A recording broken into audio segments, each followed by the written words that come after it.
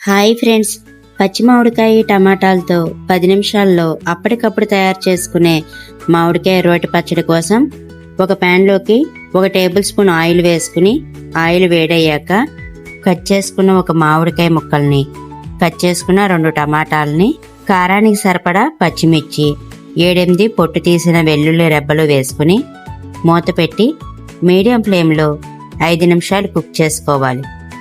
ఇప్పుడు మూత తీసి చూస్తే ఇలా మంచిగా కుక్ అవుతాయండి. వీటిని ఇంకోవైపు తిప్పుకొని 1 నిమిషం పాటు కుక్ చేసుకోవాలి. టమాటా మీద తొక్కను తీసేసి వీటిని పూర్తిగా చల్లారనివ్వాలి. ఇప్పుడు రోట్లో కొంచెం జీలకర్రను వేసుకొని నూరుకోవాలి. ఉడికించిన టమాటాలు, మామిడికాయలు గుజ్జు, సాల్టు, కొంచెం కారం కూడా వేసుకుని మెత్తగా రుబ్బుకోవాలి. మెత్తగా రుబ్బుకున్న తర్వాత మీడియంగా కట్ చేసుకున్న ఉల్లిపాయ ముక్కలు, కొత్తిమీర వేసి ఒకసారి రుబ్బుకుంటే మామిడికాయ రోటి పచ్చడి రెడీ అయింది.